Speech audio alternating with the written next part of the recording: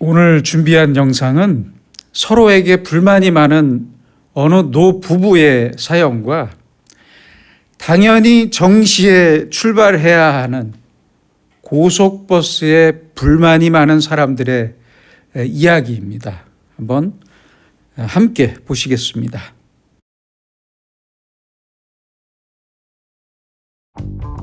대형 마트 푸드 코너에서 있었던 일입니다. 늦은 점심을 먹느라고 테이블에 혼자 앉아 음식이 나오길 기다리고 있었죠. 4인용 테이블이었어요. 그런데 할머니 한 분이 들어오시더니 제 옆에 턱 앉으시는 거예요. 비있는 자리가 많은데 굳이 제 옆에 앉으시더군요. 할머니, 저쪽에 빈자리가 많은데요. 몰라. 여기가 제일 가까워. 그때 할아버지 한 분이 냉면 한 그릇을 들고 제 쪽으로 오시더니 할머니 맞은편에 턱 앉는 거예요. 제 테이블에요. 두 분은 일행이셨어요. 같이 앉아 있으니까 꼭 저도 일행 같았어요. 할아버지는 혼자서 빠른 속도로 냉면을 드시기 시작했어요. 좀 천천히 들어요. 내 건 아직 나오지도 않았는데. 할아버지는 들은 채도 안 하고 허겁지겁 드시더군요. 그때 할머니가 주문한 돈가스가 나오고 제가 주문한 김치볶음밥도 나왔다고 신호가 울렸습니다. 그렇게 저는 처음 보는 할머니 할아버지랑 가족처럼 밥을 먹게 됐어요. 이가 안 좋으신지 힘들게 냉면을 오물거리시던 할아버지가 퉁명스럽게 할머니께 말씀하셨습니다. 나하고 돈가스 하나만 줘봐. 드시면 되지 왜? 그러자 돈가스를 칼로 조각조각 자르고 있던 할머니는 더 퉁명스럽게 때문에 왜 꼭 시킬 때 먹고 싶은 거 안 시키고 나올 적마다 내 것을 껄떡대고 그래요? 할머니는 투덜대며 돈가스를 절대 안 줬어요. 그러자 삐진 표정에 역력하신 할아버지는 처음보다 더 빠른 속도로 냉면을 입에 몰아넣으시더니 얼른 나와! 안 나오면 나 혼자 갈 거야! 하시면서 나다 할아버지. 가버렸어요. 놀란 할머니는 겨우 서너 조각의 돈가스를 드시다가 저 망할놈 영감탱이, 저 망할래무 영감탱이, 망할놈 영감탱이, 망할놈 영감탱이를 연발하며 주섬주섬 가방을 챙겨 일어났습니다. 하지만 할아버지는 금세 보이지 않으셨고 할머니는 급한 마음에 종종 몸으로 따라가셨죠. 두 분이 다 드신 그릇을 반납도 안 하시고 제 테이블에 남기던 채로 말이죠. 그때였습니다. 귀등 뒤에서 갑자기 할아버지가 나타났어요. 후다닥 제 테이블에 앉더니 할머니가 남겨놓은 돈가스를 허겁지겁 드시는 거예요.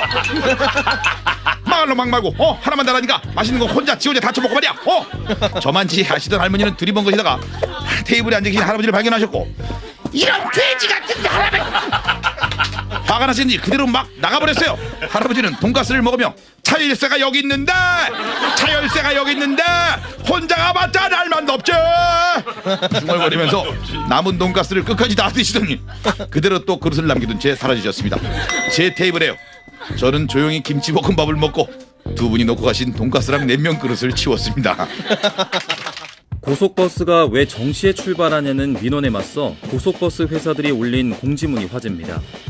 지난 4월 전국 고속버스 운송사업조합은 홈페이지를 통해 고속버스 정시 출발 안내라는 제목으로 공지문을 올렸습니다.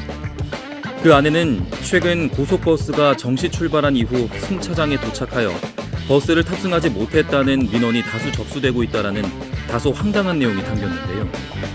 이와 함께 고속버스 티켓에 기재된 출발 일시 시간은 00초 정시 기준임을 알려드린다라고 공지했습니다. 실제로 한 커뮤니티에 올라온 고속버스 승무원 A씨 글에 따르면 출발 시간이 이미 지났음에도 일행이 아직 안 왔다며 출발을 지연시키는 승객이 가장 힘들다고 전했는데요. 해당 승객들은 버스가 출발하지 못하게 입구에 다리 한쪽을 올려놓고선 전화를 받으며 지인이 다 와간다고 기다려달라 요구한다고 합니다. A씨는 이런 경우 검표 직원이 다리를 내리게 한 후 버스를 출발시킨다는데요. 그러면서 절대 기다려주지 않는다. 출발 시간은 고객과의 약속이기 때문이라고 강조했습니다. 이를 본 네티즌들 또한 제 시간에 맞춰 출발했다고 민원을 넣은 건 처음 본다. 정시 출발은 당연한 거지. 시간 개념은 좀 지킵시다. 오죽하면 공지를 올리나 등 황당하다는 반응을 보였습니다.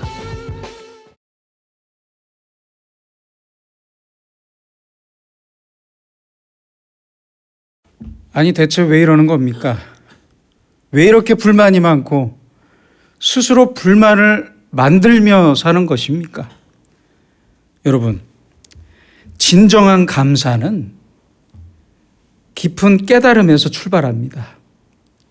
깊은 깨달음이 먼저 있어야 만족할 수 있고 기뻐할 수 있고 감사할 수 있습니다. 그래서 무엇을 생각하고 무엇을 기뻐하고 무엇을 감사하느냐에 따라서 그 사람의 수준을 가늠할 수 있습니다. 먹을 때 기쁜 사람이 있고 먹여줄 때 기쁜 사람이 있습니다. 그렇죠? 받을 때 기쁜 사람이 있고 줄 때 기쁜 사람이 있어요. 내가 명예로울 때 기쁜 사람이 있는가 하면 남을 명예롭게 하고 남을 높여줄 때 기쁜 사람이 있습니다. 여러분은 어느 쪽이십니까? 중요한 것은 깊은 사색과 깊은 생각이 있어야 하는데 불만이 많은 사람들은 그 생각이 너무 가볍고 천박하고 유치합니다. 독일의 철학자이자 시인이었던 괴테는 이런 말을 했습니다. 여러분들 아마 들어보셨을 거예요. 눈물 젖은 빵을 먹어보지 못한 사람은 인생의 참된 의미를 알 수 없다. 깊은 생각이 없는 사람들은 눈물 젖은 빵의 의미는 전혀 생각하지 않고 빵이 왜 이것만 있냐면서 불평합니다. 그렇죠? 여러분, 아무리 불평한다고 해서 그 불평과 불만이 만족으로 바뀌고 채워지는 것 보신 적 있습니까? 그런 일은 없습니다. 환경과 여건이 바뀐다고 그 불만족과 욕심이 사라지는 것 보셨습니까? 저는 못 봤습니다. 먹고 싶고 갖고 싶은 것, 명예를 얻고자 하는 본능과 욕심이 채워진다고 해서 내게 기쁨과 만족이 찾아오는 것이 아닙니다. 우리는 그래서 더 높은 차원, 더 다른 차원, 더 높은 생각을 그리고 깊은 생각을 할 줄 알아야 합니다. 그래야만 진정한 기쁨과 만족과 감사가 있습니다. 그리스도인은 분명히 다른 사람들이 생각할 수 없는 것을 생각하는 사람들입니다. 그리고 다른 사람들은 불평할 만한 일을 감사하는 사람들이 바로 우리 그리스도인들입니다. 왜냐하면 감사의 가장 큰 특징이 바로 절대성에 있기 때문입니다. 감사는 상대적인 게 아니에요. 절대적인 것이에요. 먹어서 감사했다면 배고플 때 불평합니다. 그렇죠? 소유해서 감사했다면 그 소유를 잃었을 때 불평을 시작합니다. 자신이 원했던 것을 가졌을 때 감사했던 사람은 더 좋은 것을 가진 사람을 보게 되면 불평을 시작합니다. 그러므로 우리는 감사할 것이 아무것도 없을 때 감사할 수 있는 절대적인 감사를 위한 자신만의 비법이 있어야 합니다. 나만의 감사의 비법을 통해 지속적이고 절대적이고 습관적인 감사의 사람이 되어야 합니다.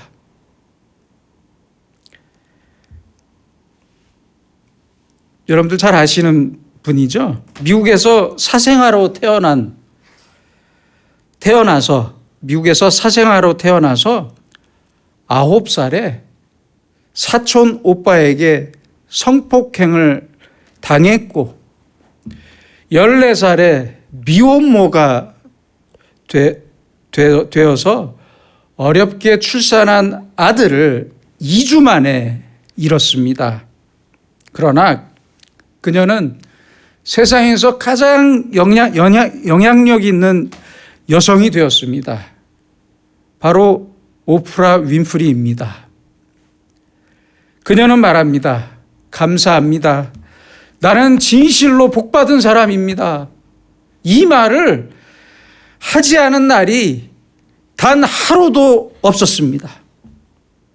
이렇게 말했어요. 그리고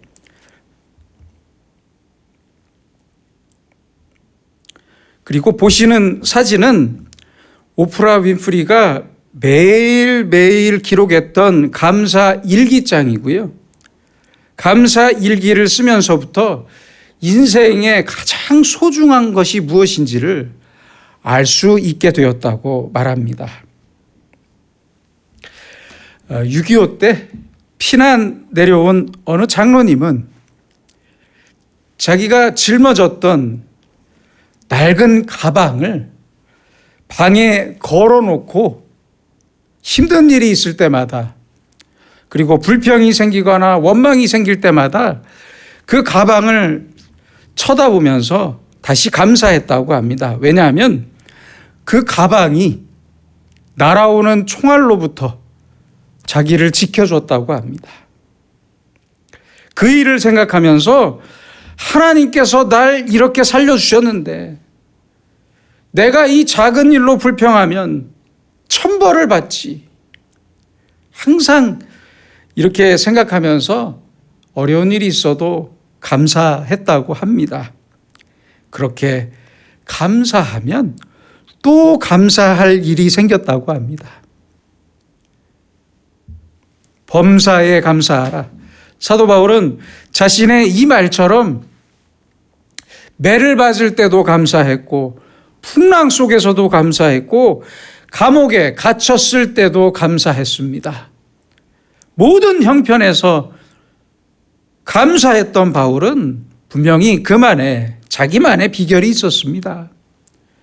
그것은 다메섹에서 예수님을 만났던 경험이었습니다. 예수 믿는 사람들을 잡아 죽이려고 달려갈 때 그를 부르시고 사도가 되게 하신 예수님을 생각할 때 바울이 무엇을 불평할 수 있겠습니까? 어떻게 감사하지 않을 수 있겠습니까? 무슨 원망이 있을 수 있겠습니까? 다메섹의 그 경험을 떠올리면서 그는 다시 겸손해질 수 있었고 감사할 수밖에 없었습니다.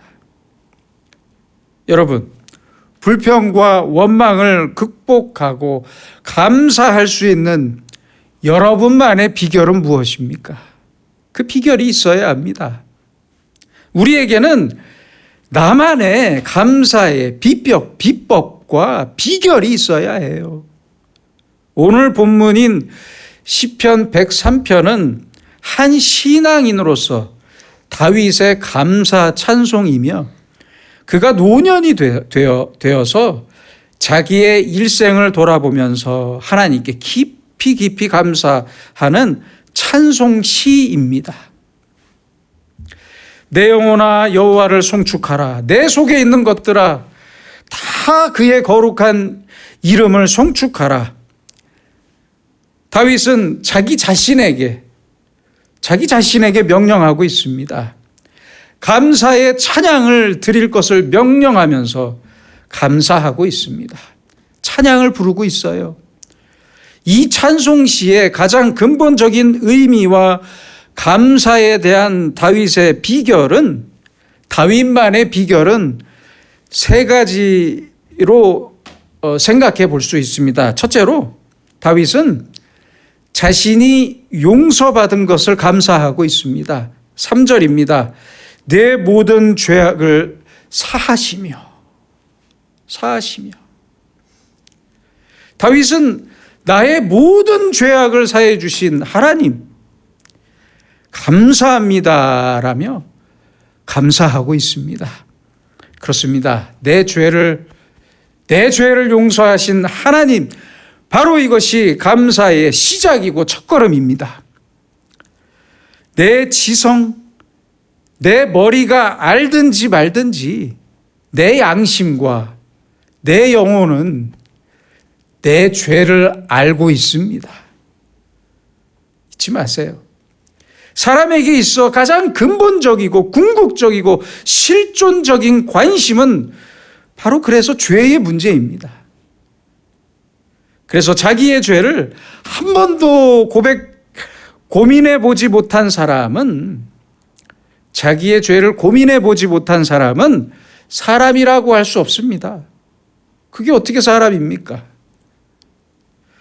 모든 인간은 죄의 문제 때문에 고민에 빠지고 고통에 빠집니다. 그리고 빠져야만 합니다. 그래서 자기 죄의 문제에 대한 해결, 내 죄를 용서받았다는 사실, 이것보다 더 기쁜 일이 어디 있겠습니까? 그렇잖아요.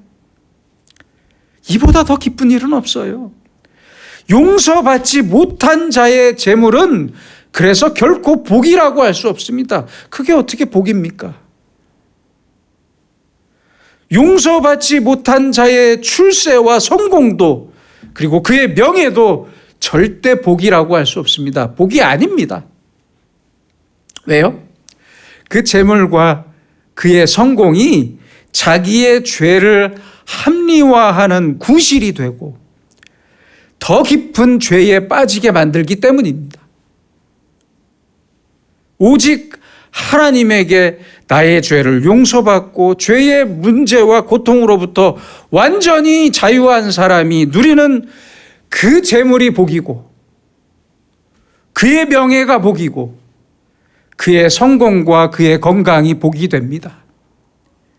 그러므로 내 죄를 용서받았다는 사실이 가장 크고 가장 근본적인 감사가 됩니다. 사도 바울도 로마서 7장 24절에서 말씀합니다. 오호라 나는 공고한 자로다. 공고한 사람이로다. 이 사망의 몸에서 누가 나를 건져내랴. 죄의 문제를 고민하고 있어요. 이어서 25절에서 또한 말씀하고 있습니다. 우리 주 예수 그리스도로 말미암아 하나님께 감사하리로다. 왜요? 죄의 문제가 해결됐잖아요. 예수님 덕분에. 예수님 때문에. 하나님의 사죄의 은총, 하나님께서 나를 용서해 주시는 그 은총을 날마다 찬송할 수 있는 사람만이 날마다 감사할 수 있습니다. 다윗은 노하기를 더디하시고 인자가 풍부하신 하나님의 은혜와 동쪽이 서쪽에서 먼 것 같이, 동이 서에서 먼 것 같이 내 죄를 멀리 옮기신 하나님의 은혜로 나의 오늘이 있음을 감사하고 있습니다.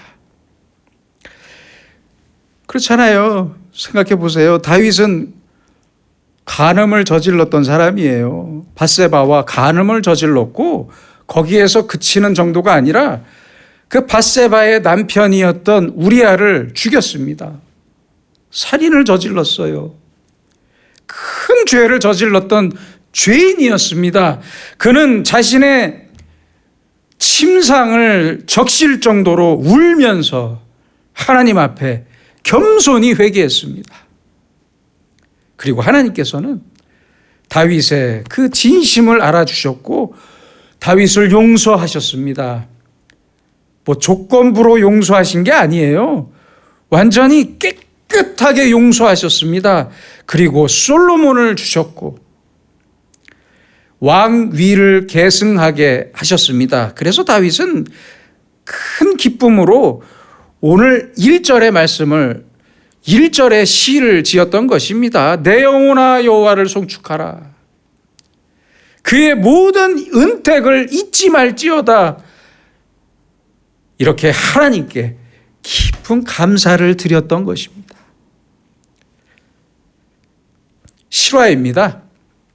어느 교회의 여자 집사님은 집이 경제적으로 안 좋았고 큰아들은 아들 하나 딸 하나 있는데 큰아들은 공부도 안 하고 속 썩이는 아들이었대요. 덕분에 학교에 여러 번 불려갔다고 해요. 남들 같았으면, 그렇죠?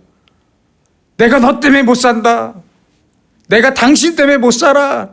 뭐 이렇게 불평을 쏟아냈을 상황이었지만 이상하게도 그 집사님은 항상 기쁘게 웃는 밝은 얼굴이었다고 합니다.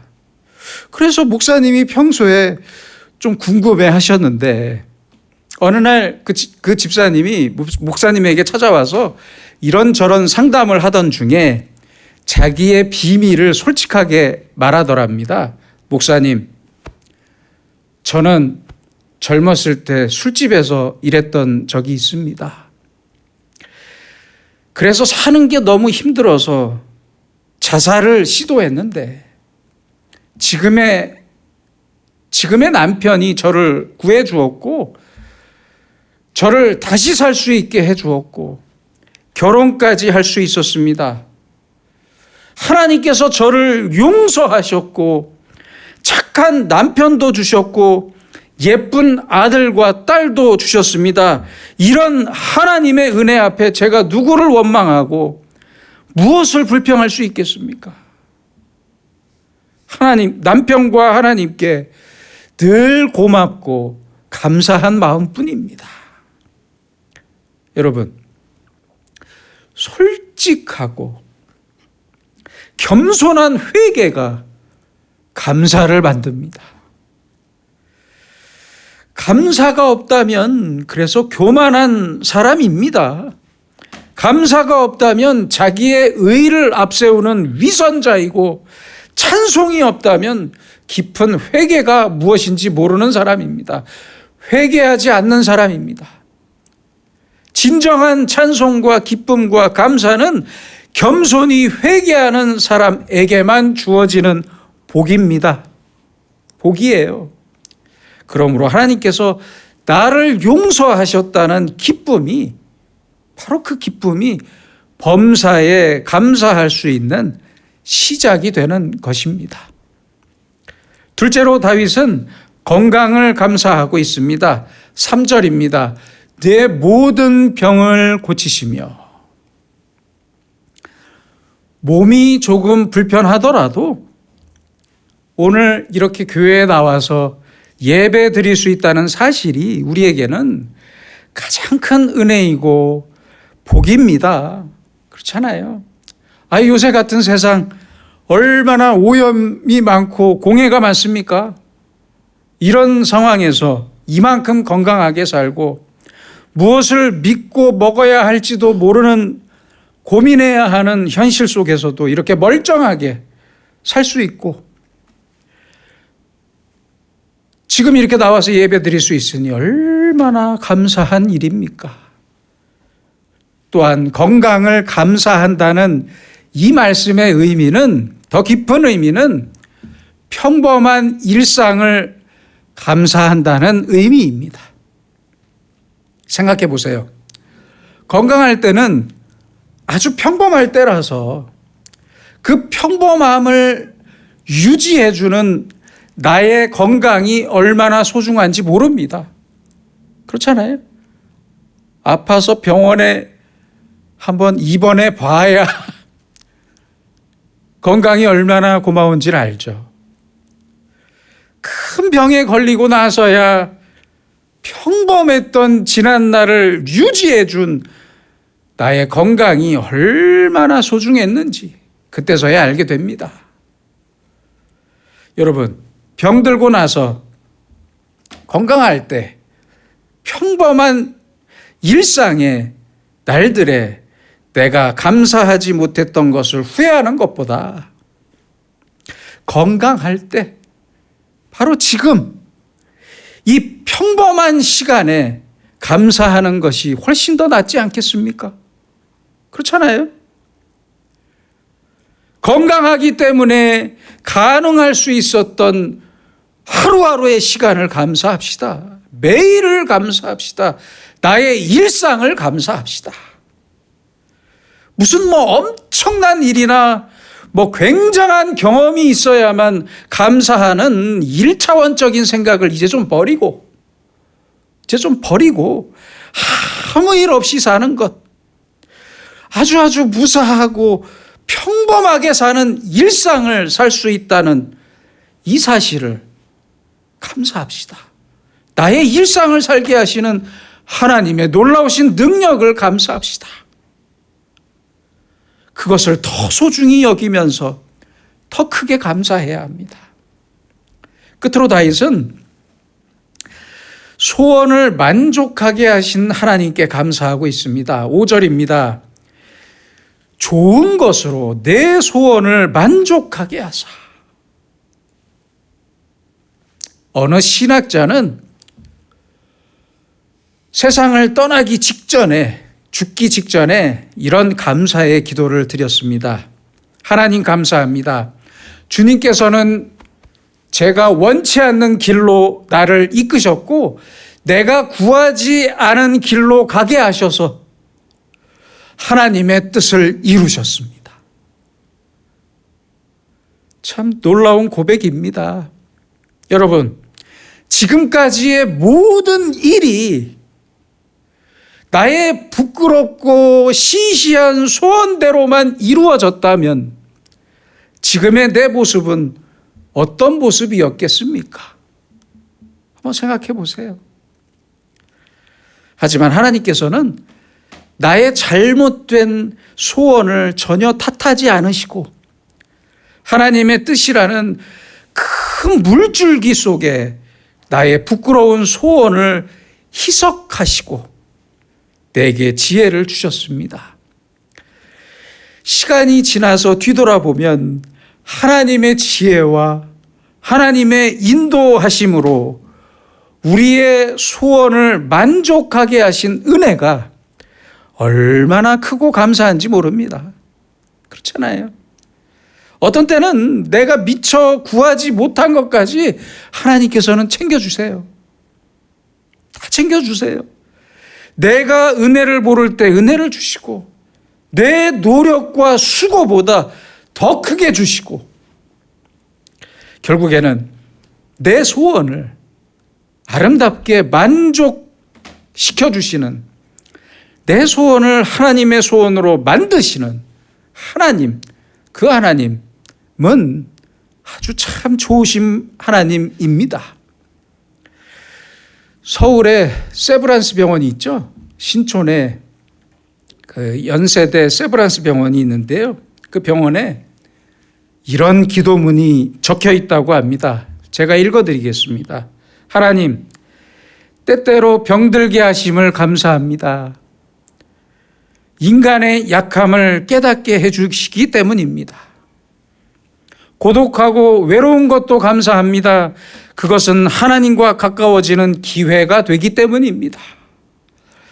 일이 계획대로 안 되도록 틀어주신 것도 감사합니다. 그래서 저의 교만이 깨지기 때문입니다. 오늘 밤 잠 못 이루고 뒤척이게 하신 것도 감사합니다. 그래서 병들고 고통받는 이웃을 위해 기도할 수 있기 때문입니다. 하나님, 그럼에도 불구하고 제게 감사할 수 있는 마음을 주신 것을 더욱 감사합니다. 중간에 빼먹은 줄도 여러 줄 있는데요. 참 은혜가 되는 기도문인 것 같습니다. 여러분, 단 한순간도, 단 하루도 하나님의 은혜를 잊지 맙시다. 제발 잊지 맙시다. 절대 잊지 맙시다. 내 인생의 날들은 오늘 성경 말씀처럼 이름 모를 풀과 같아요. 내 인생의 영광은 이름 모를 들꽃과 같아요. 금방 사라져버리고 맙니다. 그러나 오늘 내가 고백한 감사는 영원할 것입니다.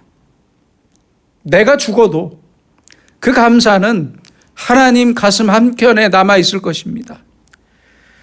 그 은혜도, 하나님의 은혜도 영원할 것입니다. 모든 일에 매일매일 감사하는 자에게 하나님께서는 더 큰 은혜를 베풀어 주시고 이미 받은 은혜로 만족하며 다시 감사하는 자에게도 하나님께서는 인자와 긍휼로 영광의 관을 씌워 주실 것입니다. 기도하겠습니다.